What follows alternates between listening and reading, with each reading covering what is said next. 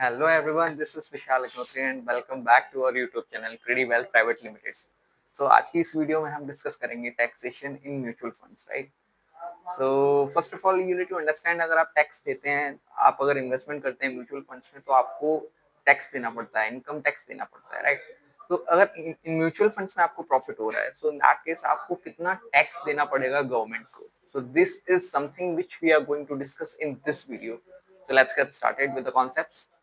सबसे पहली बात तो ये, अगर आपने म्यूचुअल फंड्स की यूनिट्स को शॉर्ट टर्म के लिए होल्ड किया, that means which is a period of less than 12 months, so that case अगर आपको कोई भी गेन रियलाइज होता है, so that is going to be short term capital gain, और जो कि टैक्सेबल होता है फ्लैट रेट 20% के रेट से, right? So when it comes to the long term capital gain, तो long term capital gain long term capital asset के ऊपर लगता है.